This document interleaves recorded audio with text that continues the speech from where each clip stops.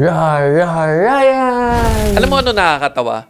Lumabas to sa feed ko na sinisisi pa ng mga tao ang Petron sa pagtaas ng presyo ng gas at ng diesel. Na kahit na may mga gas stations naman na nag-rollback, may ganito pa rin na hindi nakokontento. Hello sa mga nanonood ng content natin. Huwag tayo sana ganito. Mga negosyo nila yan eh. Alam nila ano ginagawa nila. Simple lang naman. Pag ayaw mo suportahan, huwag ka sa kanila bumili ng produkto. Pero, paalala ko lang rin na maging grateful rin tayo sa mga sumusuporta sa atin. Tingnan mo yung naging issue ng free fuel sa Phoenix. Parang ang dami ng drama ngayon tungkol sa gas, no? Kaya kung ayaw mo na ng drama sa gas station, kumuha ng full EV. Buong 2025, naglabas tayo ng mga XEV related episodes. Basta yung mga electrified. Diniscuss natin yung mga bagay-bagay tungkol sa mild hybrid, full hybrid, plug-in hybrid, at pure electric vehicles. Search mo na lang Real Ryan EV para sa lahat ng mga to tapos ng video na to. At sa episode na to, sasagutin naman natin ang tanong, okay ba bumili ng EV sa oil crisis dito sa Pilipinas?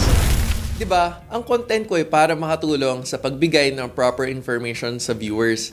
Minsan, to promote critical thinking. Kaya don't forget to like the video and subscribe if you support my advocacy. By the way, may support Real Ryan stickers na rin pala tayo. Kaya kung gusto mo mag-represent ng pinaglalaban natin, andito lang yung link sa video.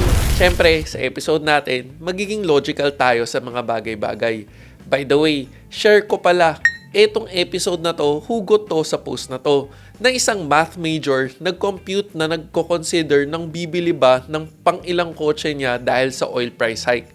Ito ang assumptions niya para sa computations niya. 120 peso per liter, 60 liters per full tank, 7,200 pesos. 2.5 million divided by 7.2, 347 full tanks. Kung second vehicle mo raw to, 30 full tanks per year. So, 2.5 million divided by 30, 11 years of fuel. Okay, may mali ba siya sa pag-compute niya? Wala. Marunong siya gumamit ng calculator. Pero kung hihimayin natin tong post niya, maiinis lang tayo. Ang labo eh. Ang premise niya, not for second car. Pero, nag-compute siya for second car. Bakit kinokontradict niya sarili niya? Tapos, flex na lang na math major siya at pang ilang kotse na raw niya. Anyways, syempre, dapat as main car mo na yung EV, di ba? Ang smart mo naman kung gagawin mo pang alternative car yung EV sa oil crisis. Last episode, diniscuss natin more or less na compute natin for running cost ng mga XEV versus regular gas. Pero dahil iba na ang value ng gas noon at ngayon, buti na lang may nag-compute sa comment section ng post natin. Pakita ko na lang sa inyo. Usually, sa pag-compute ng consumption, need ng kilometers per liter, price ng gas, ilan ang tinatakbo per year. Ganito ang maganda. Para sa discussion natin, fuel consumption ng kotse niya, 19 kilometers per liter. 80 pesos per liter, peso per kilometer, 4.2. Manila, Pangasinan ang ruta niya. Round trip computed at 400 kilometers. Total, 1,684 pesos. Yung EV niya, kilowatt hour per 100 kilometers, 12 kilowatt hour. Tapos, 15 peso per kilowatt daw. 1.8 peso per kilometer ang cost. Ang total niya sa EV is 720 pesos. At para sa kanya na 20,000 kilometers per year ang gamit niya, 36,000 para sa EV at 84,000 para sa gas car niya. Kaya sa dulo ng comment niya is consider purchase price and maintenance cost. Ito yung mga comment ng mga taong nakakaintindi talaga. By the way, meron tayong episode tungkol dito. Tapos, kung hindi mo alam consumption mo, ang mga taga Metro Manila usually 10,000 kilometers per year on average ang gamit. Or, pwede mo naman i-actual sa existing kotse mo kung may record ka. Importante na ikaw mismo alam mo ilan ang total kilometers per year, kilometers per liter, para makompute mo ang cost ng consumption mo, which is cost per kilometer.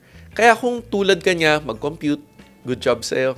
Sa ganitong paraan kasi, makocompute mo kung may ROI o kung kailan ba mag-ROI base sa cost per kilometer base sa gamit mo. At malaking bagay ito sa mga decision making sa pagbili ng sasakyan. Ang sagot sa tanong kung okay ba bumili ng EV sa panahon ngayon ng oil crisis, depende yan sa pananaw at sitwasyon mo. Example, kung ikaw yung bibili ka pa lang ng bagong kotse sa panahon ngayon, syempre, oil crisis nga. So bakit ka pa bibili ng non-electrified vehicle? Ayan na nga ang sitwasyon ngayon, 'di ba? Malamang matik na okay.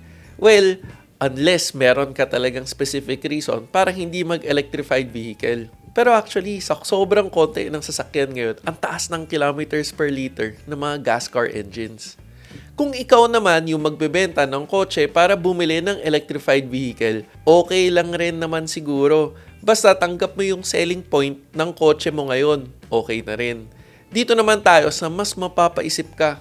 Kung ikaw naman yung bibili ng EV, dagdag kotse para makatipid. Kung sa makatipid, oo. Pero may asterisk to.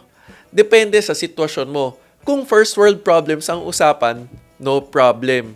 You invest to save. Pero kung under budget ka, hindi to logical. Kasi hindi naman permanent ang crisis na to. Mas okay nang mag-play safe for rainy days ang savings. Pero at end of the day, decision mo kung bibili ka ng EV. Pera mo yan eh. Ito, magandang buying guide ng kung anong klaseng electrified vehicle ang magandang bilhin. Sana nasagot natin ang tanong na okay ba bumili ng EV ngayon dahil may oil crisis sa Pilipinas. Kahit hindi ka pa nagko-compute, ano tingin mo? Bibili ka ba ng EV sa oil crisis ngayon dito sa Pilipinas? Gusto ko marinig ang opinion mo sa comment section. Kung nakadagdag info tong episode na to sa'yo, please don't forget to like the video. At kung hindi ka pa nakasubscribe, baka naman para updated ka sa mga relevant car-related videos. Sana nakatulong. O teka, pag may nakalimutan man ako, comment down below. This is me, Real Ryan, bringing you real talk, real experiences, and real reviews. Don't forget to subscribe, like, and click the notification bell. Thank you for watching. Peace.